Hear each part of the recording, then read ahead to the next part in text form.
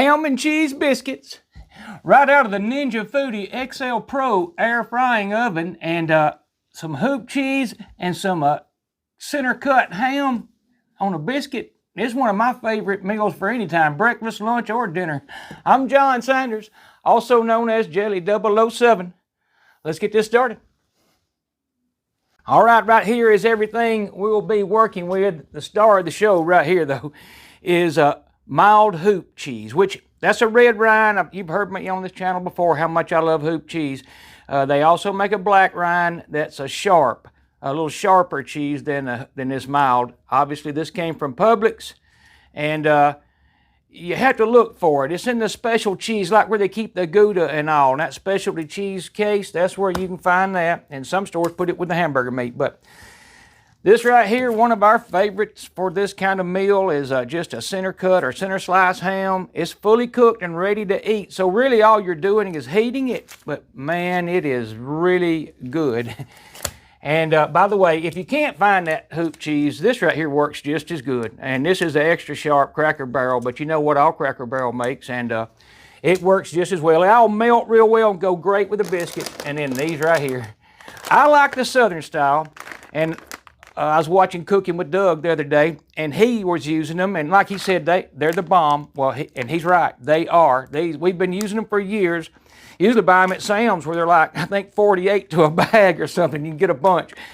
But he was using the honey butter. I've never tried those, but these Southern style are really, really good. The directions on this bag right here say for a non-stick cookie sheet, it's got special instructions somewhere, 1 to 6 biscuits, 19 to 23 minutes. And then it says 350 degrees for non-stick. So that's exactly what I'm going to do. I'm not going to lower the temp because I'm using the bake feature. And the bake feature technically doesn't really run very much fan, if at all. And we're going to cook the biscuits first. Then I'm going to put this on a pan, put it under the broil, and we're going to let that heat up for just a minute then we'll put the cheese and the ham on the biscuit. You'll see what I mean. I'll be back. All right, I wanted to explain this right quick because it's really important, especially for air frying. And this oven right here does this better than any I've ever had. And here's what it does. It has 4 different fan speeds, or I guess you could say 5. I think it's completely off in some of the functions. I know it is. But then you got a low, a medium, a high, and a maximum. Well, the reason you lower the temps in air fryers because you need to cook it a little cooler because that fan's running so high. And you can see right here in the air fryer, well, it's running maximum fan speed. It's running all different settings call for different fan speeds, and that's a really neat thing to know and a neat thing to have. Here's the bake we're going to be using, and you can see it runs low fan. So it's running, but nothing like it would be here. So that's why I don't adjust the temp, but we're going to see how they turn out. I'll be back. All right, here we go. Now it does have toaster oven directions, but I don't technically treat this oven as a toaster oven. I treat it like a normal oven. Now, I may call it a toaster oven every once in a while, and it will do toast, but my point is it's not your normal toaster oven. But anyhow, what it wants is heat. We got to go to 350 and then place frozen biscuits 2 inches apart on ungreased cookie sheet. And we've already went through the nonstick, and that's what I'm calling that. So we're about to get this started. We'll slide that in right there. We're going to go to the bake function, which is 1 step down. I'm going to go ahead and take the time it said 23. Well, I'll tell you what, we'll leave it on 23 if they're not done. We'll make adjustments. It wants the rack level on 3, and that is where I have it. We want the temp to 350, and we are there. We're fixing to see how it does. Now, I might have should have let it preheat, but it only takes 90 seconds. I just don't see that. I'm not going to do it that way. So anyhow, we're off and running. All right, I thought I would show this part just so it'd be easy to understand. I usually do this right here to keep it from curling up. So, and I'm usually doing this in a skillet, quite honestly. I have done it in the oven, but it's been a while. But I just cut that skin part. I probably shouldn't have cut that one, but it's cut. And we're going to do it right here too. So that's just to keep it from drawing and pulling the ham off the edge, lifting the edges so bad. But anyhow. Okay, we're coming up on the full 23 minutes. We're just going to pull them out right there, see how they are. and get the cheese on them and get this in to get it started to what it's got to do. So we'll set that down just like that. All right, this is take 2. Without any further explanation, the biscuits stuck. Take my word though, they are cooked perfectly. I'll show you one in just a second, but here's what I'm using this time. I'm just gonna put a little bit of pound with butter on there, just like that. And we're gonna get this same situation back on the road. And I'll show you what those biscuits, they're first. I've already ate one of them. They're edible, don't get me wrong. They just stuck, and that bothers me. So we're only gonna have 5 biscuits on this run, but you'll get the idea. Move this right here. I want to get this started before I do anything else. So we're on rack 3. Well, there we are. We're on rack 3, baked 23 minutes, 350, off and running.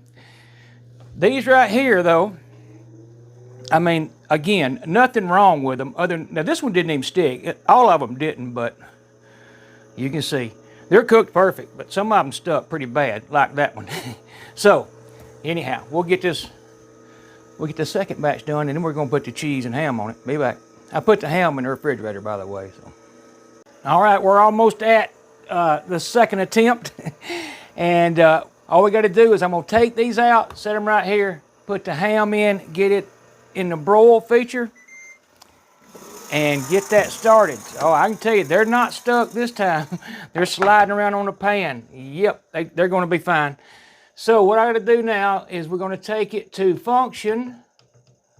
Whoops. Broil, I'm gonna put it on high, just like that. And I might even move that. I tell you what, let's move this up one rack where it'll be real close to the element. Of course, I'm gonna be standing here watching it, and you have to do that with a broil. And everything good on this camera? Yeah, it always makes me paranoid. I've had so many issues. We're on high. We're gonna hit start. The only thing with that is I really can't see in there very well, but I'll try and show you in a minute with the camera what we can see. But I gotta get these split open and get that cheese on them and get them in that and let them sit there and melt just a little bit while that heats up. So I'll be back. All right, just so you'll see, I hadn't touched them. This is the way they were. Now that one right there it's not, they are not stuck. Not at all. That's perfect. Now they are hot, but we're gonna open one up right here. And you can see they are done. They're done perfectly. That's a perfect time and temp. And I'm gonna put cheese on at least, I don't know, 4 of these. Oh, by the way, that other biscuit, there was 12 biscuits, and the other one was laying over there. I just missed it, but we ended up with 5.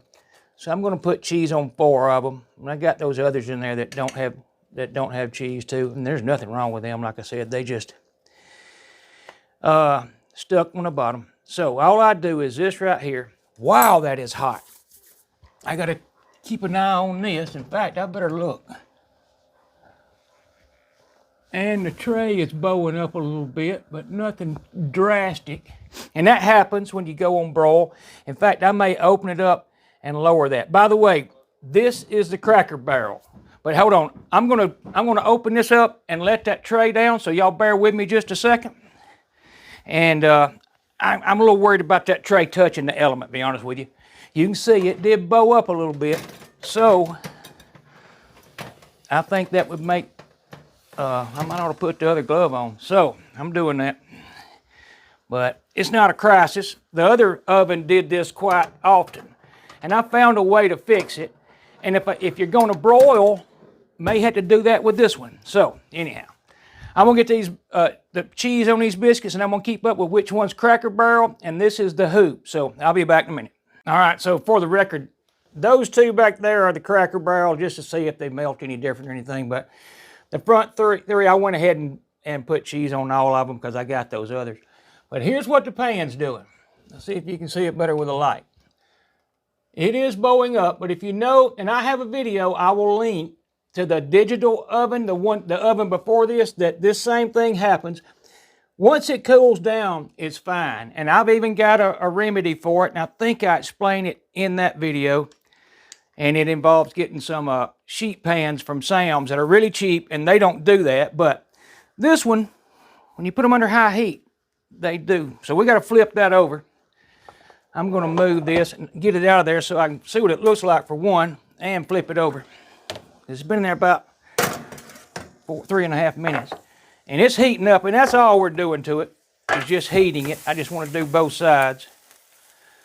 So, if I could keep both these gloves on, I'd probably be in better shape. But I'm going to set that back in. And I'm going to run that time up a little bit. Say 3 minutes, 14 seconds. It should be good at that point. It is running, right? Yeah, it's running. Yeah, I cut it off when I did that. It's running now. The clock's running. Alrighty. Letting these right here get melted a little bit. And then we're going to cut this ham up and put it on there. So, I'll be back. Alright, we're coming up on the end of the 3 minutes and 14 seconds, whatever it was. So, and it looks fine. Again, all we're doing is heating it. So I'm going to get it out. I'm going to go ahead and cut it up.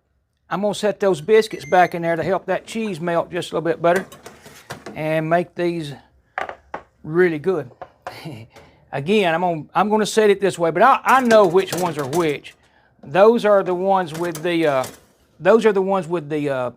Cracker Barrel, and our hoop cheese are on the right hand side.